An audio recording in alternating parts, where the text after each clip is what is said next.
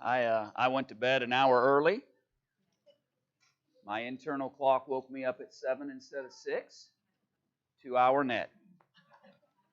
I'm telling you, it works if you just think about it that way. In case you're troubled by it all, I want you to know that your state legislature is at work on your behalf, considering legislation that will put West Virginia on daylight savings time 365 days out of the year. Good luck keeping those Ohio appointments square when they do that. So, anyway, your tax dollars at work. I just said that live. I'm in trouble. Anyway, open your workbooks or lesson sheets up to lesson. I want to catch something at the end of lesson 10. I'll show it to you on the screen as well.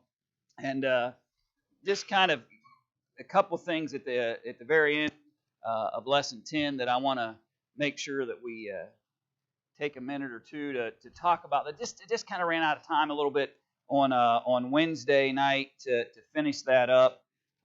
And so I want to come back to it, take a quick look, and then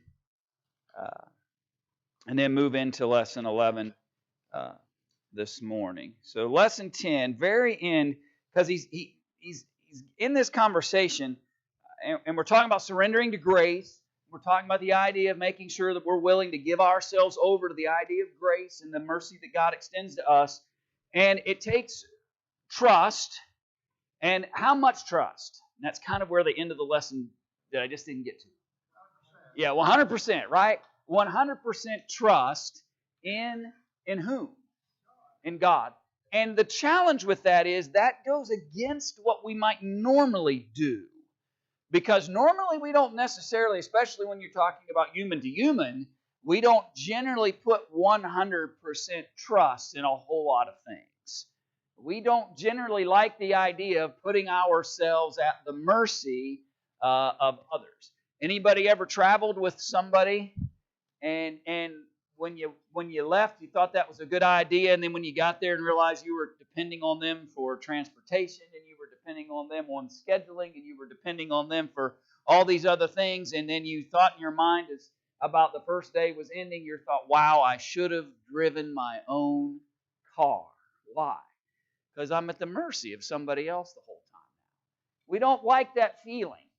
We don't enjoy at times the feeling and sense that I am dependent upon somebody else. I would rather have a level of independence so that I can make my own choices and decisions about things. But it's not going to work in the right way as it relates to God if we do it that way. We're not going to really be in the kind of relationship that God desires and the kind of relationship with God that actually works if we're not willing to give 100% trust and confidence in the mercy and grace that He extends, even when the responses of God don't match what I want. Paul's a perfect example of that, right? He had a what in the flesh? Thorn in the flesh. And he prayed how many times? 3 times that that thorn in the flesh be removed. What was the answer of Jesus to that? My grace is sufficient for thee. What was Paul's response to that? Therefore, I will rather glory in my infirmities. I'd rather glory in the infirmities and challenges that I'm experiencing, knowing that they remind me that I am totally dependent upon the grace and mercy of God. This messenger of Satan that he described it as there, to buffet him, was just going to have to be a burden that he would bear as a reminder that he was completely dependent upon. In order to put your trust in someone, and in particular to put our trust in God, then we're going to have a sense that that trust is validated. What we have to do is convince ourselves that God's reliable. Now, if I just asked you this morning, is God reliable? What would your answer be? I hope. Yes, you would say yes. But if I asked you, do you ever feel He's unreliable? Yes. And what I mean by that, are there ever times in your life where you feel like God didn't live up to what my expectation was? And the answer probably is yes. And I'm not trying to put you on the spot or to try to act like that you've done something wrong in a sense. I'm just trying to put it in a real perspective here. There are moments in our lives where we are not so sure whether 100% dependency upon God is working like I thought it should work. The problem with that is that we're ill-equipped at times to understand everything about why God does what He does and how He does it in the measure He employs. And to trust 100% of the time, even when it doesn't match what our thought processes are, is difficult. If you're going to validate or trust in the reliability of anyone, then track record is important, right? So if you're trying to determine, take God out of the equation for a moment, if you're trying to determine who you're going to trust in real life, then track record, right? If there's been a history of reliability, maybe not perfect, maybe not infallible, but if there's been a track record of reliability, then my willingness to put a greater sense of trust in that individual is probably going to be there.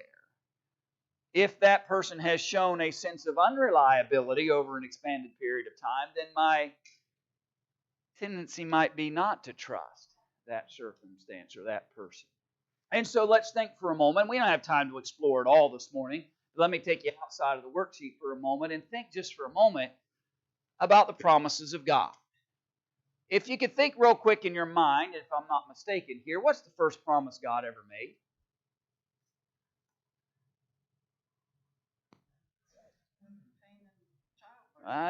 You're close. You're in the right time period.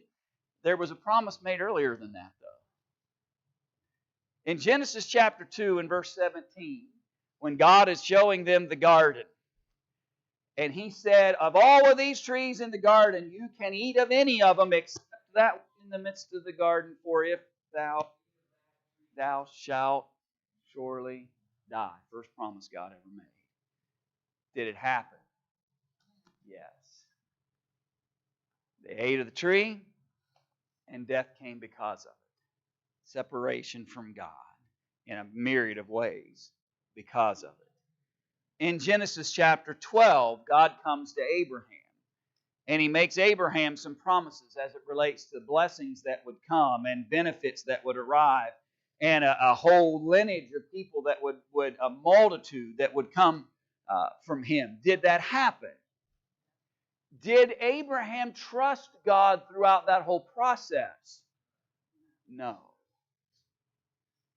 There were weaknesses in Abraham's confidences and trust in God, so much so that he now has how many lineages that are to his credit? In essence, two, right? In essence, two different lines. One God intended that happened through Isaac, and one that God didn't necessarily intend that came through Ishmael. Abraham's lack of trust, even though it may be momentary, and even though Abraham had shown great levels of trust, even leaving the Ur of Chaldees and being willing to go and travel to wherever it is that God showed him to go. But when time was slipping by and Abraham was growing impatient as to whether or not God would really hold up His promise, when Abraham's trust became less than 100%, here's what happens. And so what we need to do is, with these evidences within Scripture, and we decided to illustrate a couple, we could have kept going all day and talking about promises that God made. But the point simply is this: you go into the Bible and you look at the promises of God, what are you going to see at the other end of it? That God did what? He kept it. He did exactly what He said He was going to do. And so as you build that body of evidence, that's how we build our trust and confidences in people, right? When they promise something or committed themselves to something, they fulfill that commitment. Now I've gained a level of trust with them. And then the next time that comes, they've made a promise, a commitment, they fulfill that commitment, and my trust is building and growing over time. As I study the Scriptures and I study the history of what God has done with people, and I watch that be unveiled before me as I study God's Word, I begin to appreciate that God is reliable. Even when man gets impatient, even when men think that God's plans aren't working like they should, even great men like Abraham, we need to begin to build a reliability upon God that says, I trust Him 100% of the time, even when it doesn't necessarily fit what I thought or considered or might have wanted. And we'll actually talk about that a little bit more in the next lesson as it relates to that father-to-child relationship. And so 100% of the time, because God has committed Himself over time to those promises. Let me run you to one more text. Go to Psalm 31. I'll show it to you as well. Psalm 31, verse 19.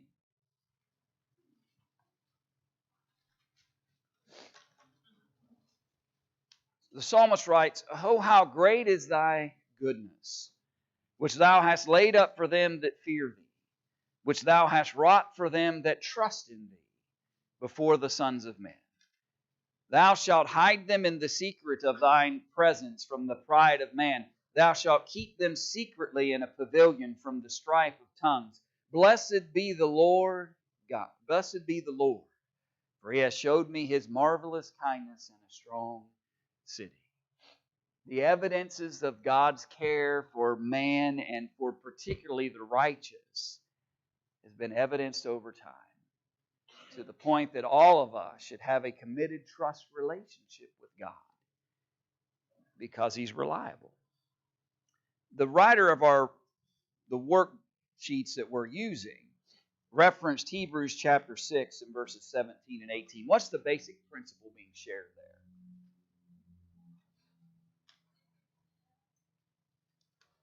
In Hebrews chapter 6, verses 17 and 18. What's the writer of Hebrews simply trying to point out to us as it relates to God's character? Okay, that He doesn't lie. So he makes this statement, the writer does in verse 17, wherein God, willing more abundantly to show unto the heirs of promise the immutability of His counsel, confirmed it by an oath, that by two immutable things in which it was impossible for God to lie, we might have a strong consolation, who have fled for refuge to lay hold of the hope before us. And and again, that takes a level of faith, right? A level of faith and belief on our part that God, it is outside of the realm of possibility for God to lie. It is outside of His capabilities to lie. It is literally, we might say, not in His DNA. I realize that's a human term. But it's not in His makeup. It's an impossibility. If I can bring my brain to believe that, I will go leaps and bounds in my faith with God. There is no way God could tell me anything that's not true. There's no way that God could speak anything that is not accurate.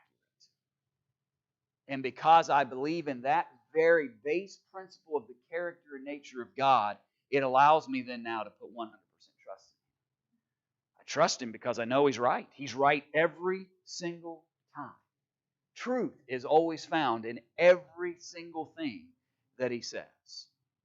We don't have that in human form, but we have it in deity form. We have it in relationship to what God has provided for us. And again, our confidences should be in Him because He's proven track record, makes promises, keeps promises. So the track record's there. A level of faith that says God can't tell me anything that's not true, and I trust in that fact. And so I've got another layer that helps me put 100% trust in God. The fact of the matter is, I'd much rather put my confidences and trust in a God like is described of Jehovah than to trust all the unreliable things and factors that we encounter here on the human side of the equation. God's reliable. And so I can trust His grace. I can trust His mercy. I can trust even when I'm hurting or challenged or difficulties or whatever it might be, because my confidences that are in a God who can't do anything but what's right and good and honest and truthful as it relates to me and my life. Thoughts or questions about any of that? Just didn't want to walk away from that aspect. We just didn't quite have time Wednesday night to discuss that aspect. Go ahead, Jim. He's fixing to happen right now. Yeah. Not gonna work that much. Right, and I think that's the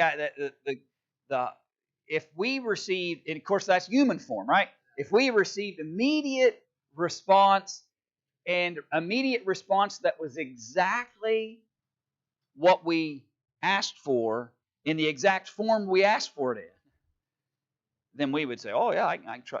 But the challenge is, am I willing to trust when it takes a long stretch of time in order for it to come to fruition? Or, for lack of a better description, am I willing to have the patience to say, I may not understand why God didn't do certain things along the path, but whatever that path is, if I'm trusting in God, I know it'll be good.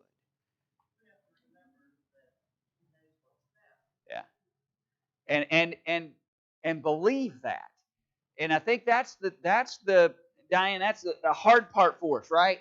Is not an intellectual understanding. I mean, if I asked us just academically today, do you believe God's smarter than you?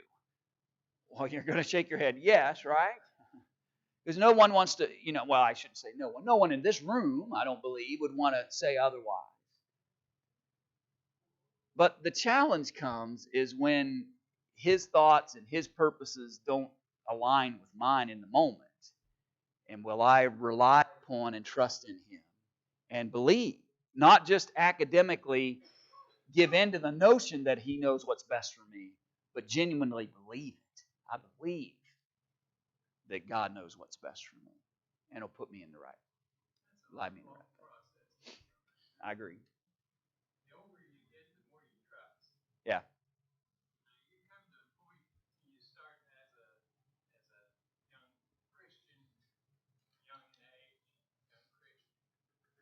You believe that Jesus is the Son, etc. And you fall and you begin reading, you begin studying, and you see all these promises that are being made, and through the evidence of Scripture, the promises came true, and then that begins to take hold of your life. And as you get older, your confidence in those promises are just grounded. Yeah. And I agree. And I think, Gary, that's kind of why the Ecclesiastes writer writes what he says in Ecclesiastes 12 when he says, remember now thy Creator in the days of thy youth, before the evil days come, the years draw nigh when thou shalt have no pleasure in them. He recognizes the quicker we get on that road of confidence and faith and belief, the more stable we'll be over as that time span and the greater growth that will occur. If we wait till we're later in years to even begin the process, then is there enough chronological time in a sense to kind of get us to where we're going? So you're absolutely right. Time helps us as we grow in our knowledge and understanding of what God has done, and that over time He's building and helping us build a greater trust in Him. Yeah, absolutely.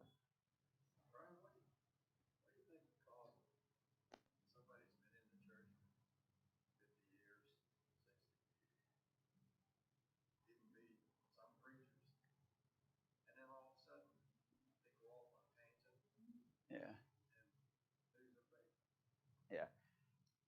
Great question.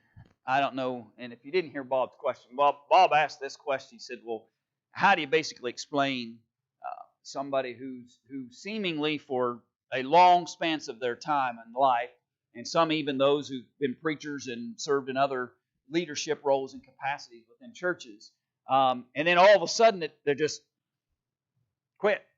They just walk away from it.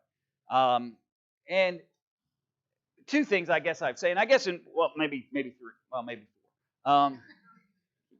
But number one is there's lots of reasons, right? There's lots of potential factors that could be involved and that would cause that to happen individually. But maybe in some senses answer that question that a couple of ways, but it may look sudden to us, probably wasn't sudden to them. What I mean by that is probably some challenge of faith was going on for a much longer period of time that was not understood and known by others until the end happened. And when the end come, it feels sudden to everybody else, but it was a progression. And I have had conversations with folks like that, and that's one of the things they'll tell you is that it was a progress that led them there, and not just a momentary instance where they walked away. They just weren't vocal about it, and I suppose that's a problem. I know it's a problem among guys that do what I do, because if we and this isn't right. I'm not saying this is right. I'm saying it's reality. If we admit weaknesses, we put our jobs in jeopardy, right? Congregations don't want preachers who express weaknesses, and so there's a tendency for preachers sometimes to just internalize any weakness or flawed faith or challenge of faith or difficulty until it hits, a point where then they just walk away. And that again was something over time where there was some struggle or challenge that they were experiencing, didn't feel comfortable talking about it, and then the next thing you know, they've given in to it. And I think that might even be the case not just with preachers.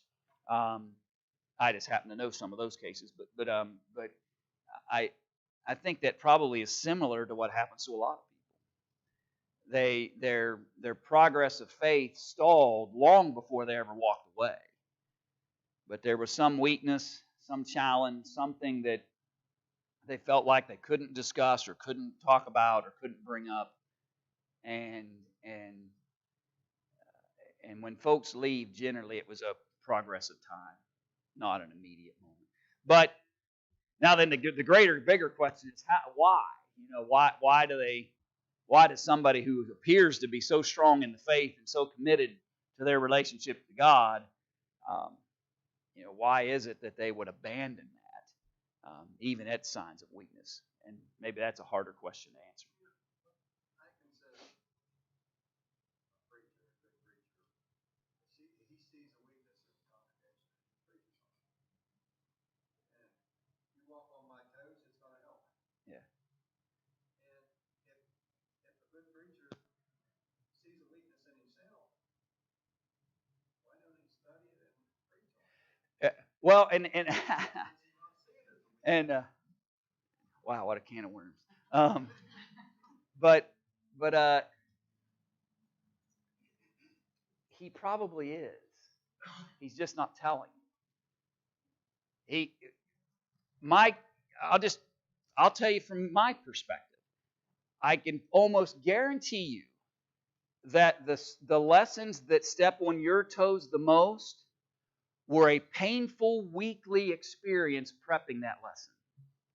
Because it was preacher stepping on his own toes through the process of putting that together to be able to then to share it with others to step on their toes. But again, you asked me the specific question about preachers, and for anybody who couldn't hear, that's why I'm going down this path, because that was kind of the specific question that was raised, and that's why I'm talking about from that perspective. But yeah, I wish I had a better answer for that, Bob. I wish I had a better answer for why do those, and not just preachers, but some elders have been in the same situation where everything appears fine, and then all of a sudden, here's this problem. And again, it's the same kind of scenario. To admit weakness, there's just a kind of a stereotypical problem with people who are supposed to not have weaknesses. And maybe that's a misnomer and a failure of congregations to appreciate that the people in their leadership roles and those who preach and teach are as human as the next guy, and experience the same kind of weaknesses. The membership, in a sense, is freer to talk about that than those in leadership capacities. And so, whereas maybe a member would express it early on, and we can maybe find ways to try to help them, whereas somebody who's afraid to say it, member, preacher, whoever, will go along the path for a period of time until it finally hits a peak, and then they walk away. And I don't know what to do, Bob, to break down those barriers and to make all of us, to feel free to confess your faults one to another, pray one for another, the effectual fervent prayer of a righteous man availeth much. I wish we could get there, where we could be open about our weaknesses to the point where we could actually be of help and encouragement to one another. But I think it comes partly down to the idea that we just have certain expectations of one another that are unrealistic. And in some senses, maybe even some kinds of struggles or even sinful practices, we've created a list of the ones that are more forgivable than the others. And so if my problem fits one of those congregationally unforgivable things, then I'm less likely to talk about it and to address it. And then it festers into a much greater problem later. I think those are real issues. That's a good question. I appreciate you bringing it up, because I think we need to be a little more open and honest about where we are in relationship to those things. So much about trust today, and trust in God, and should be trusting in one another, and trusting in our leaders and our preacher, and things like that. And we probably wouldn't run into some of these situations. Yeah. This is a lot have to do a lot about trust. Yeah. I think, Ed, if this is the path you're on, we have to be reliable to one another. And I think part of the reason why we're not open is because we don't know who to trust. We don't know who we can say what to, and who's their next conversation going to be with. And because we have a failure of trust, and as it relates to that, then we struggle being open and honest, because we fear that if I tell somebody, then the next phone call or the next conversation they have, I'm going to be the topic of that conversation. And so we don't say anything. And so just like God has earned our trust, then one to another, we need to build those trust relationships as well. So maybe we can at least find a pocket of folks that we know we can go have a conversation, and it'll never go any further than that moment that can encourage and strengthen me. Yeah, we're all there. We're all in that boat. Yep. Yeah. Yeah. A lot of times churches put a lot of pressure on a preacher to be perfect. And he's human, just like everybody else. Yeah. And some of them just can't handle it. Yeah, and yeah, we could be going that. And Jim, I appreciate that, and I think that you're right. I think I'll be honest with you. I consider myself fairly blessed. My preaching, I talk to other preachers, and I'm like, wow, what I haven't even come close to the kinds of things they deal with. And my experiences have been by leaps and bounds, very little of the kinds of troubles that others have experienced. And I think, again, if I had a room full of preachers, this is what I'd tell them, Jim. In some ways, you gotta kind of embrace that. We could scream all day long that the microscope isn't fair, but so I can either rebel against that, and that'll just cause me heartburn, right? Or I can just kind of embrace it a little bit and recognize, okay, if you're going to put yourself out in front of folks, then that's going to come with a certain amount of responsibility. And I think the guys that embrace that a little more and have less trouble with it because they just kind of buy into the idea that's you've put yourself out in front of folks, and so you're gonna kind of a little bit be, but yet on the other hand, churches can be unfair, and they can have unrealistic expectations.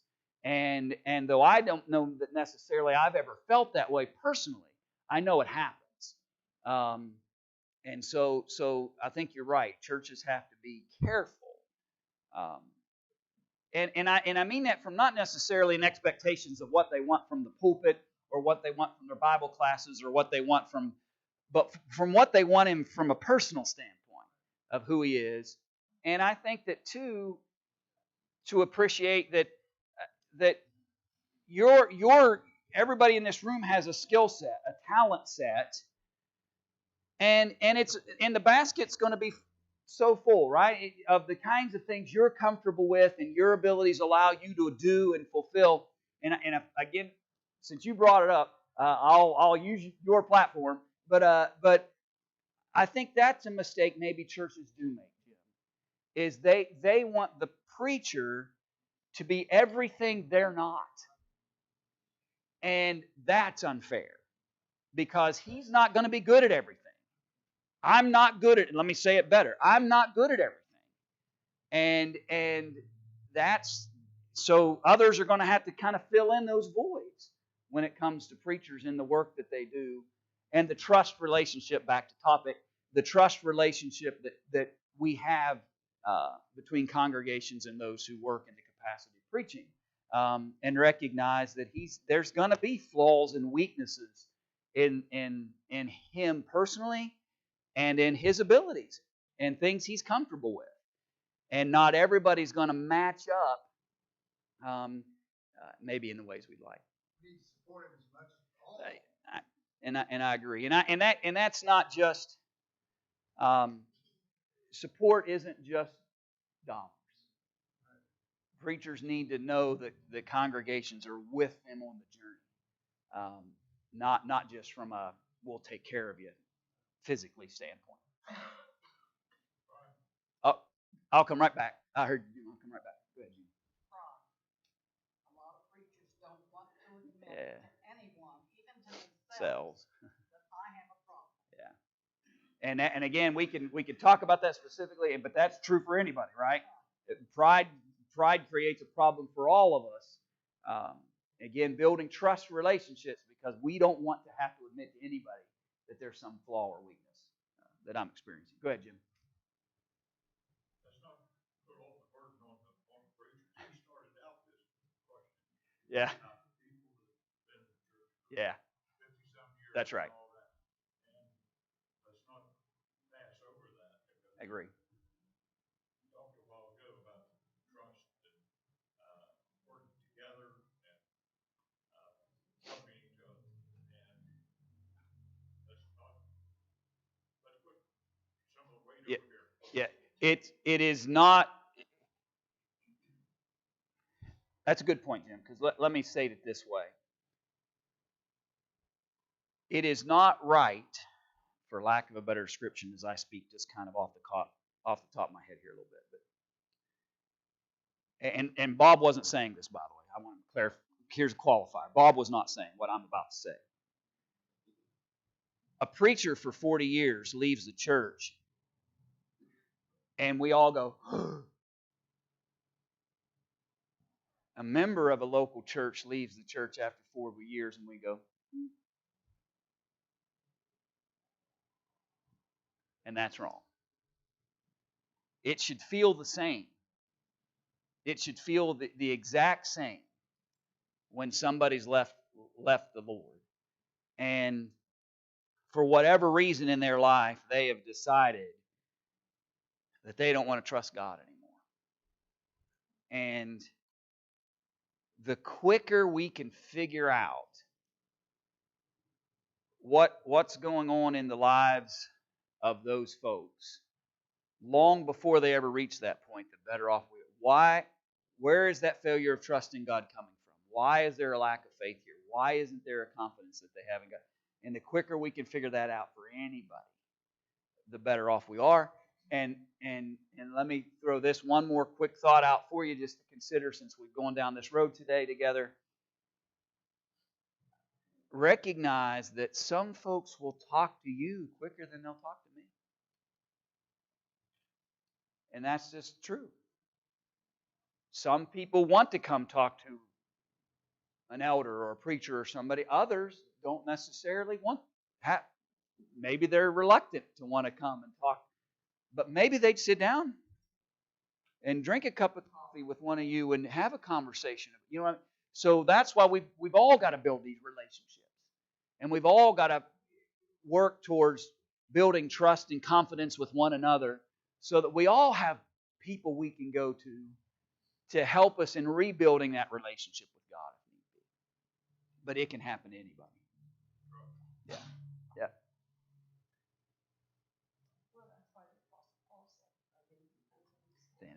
Take heed lest they fall. Absolutely. Because we're all there. We're all there. And when you stop trusting completely in God and start trusting in yourself. Yeah. You've lost your biggest strength. And I think, and Bob, that's important for us to consider for a moment, since we're not going to get to lesson 11 anyway. But if we stop trusting God, we're going to trust something. That trust may be other human beings who aren't worthy of that trust. Or that trust may be in me. And I'm not worthy of that trust, right? We're going to trust something. And if it's not the judgment and teachings and practices of God, then it's going to be something else. And so maybe I'll trust what the societal influences are. Maybe I'll trust what my closest friend tells me to do. Or maybe I'll just trust whatever I'd like to do. But I'm going to put my confidences and trust in something. And that's a mistake. That's a mistake that we could make as it relates to that.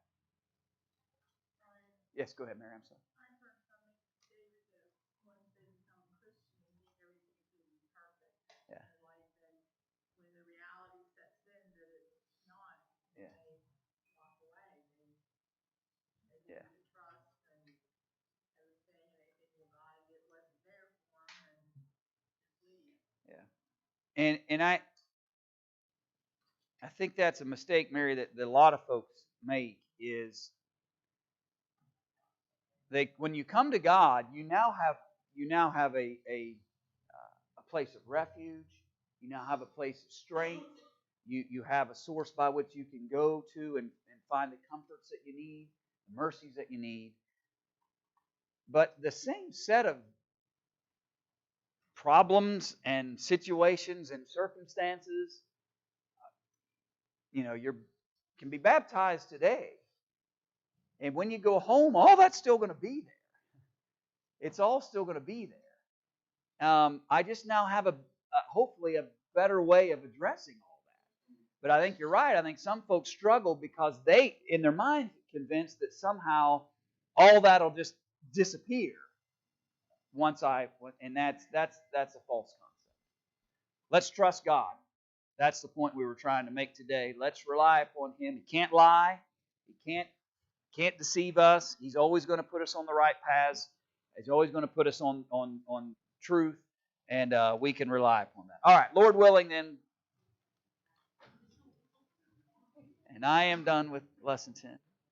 But we'll come back and start lesson 11, Lord willing, on Wednesday.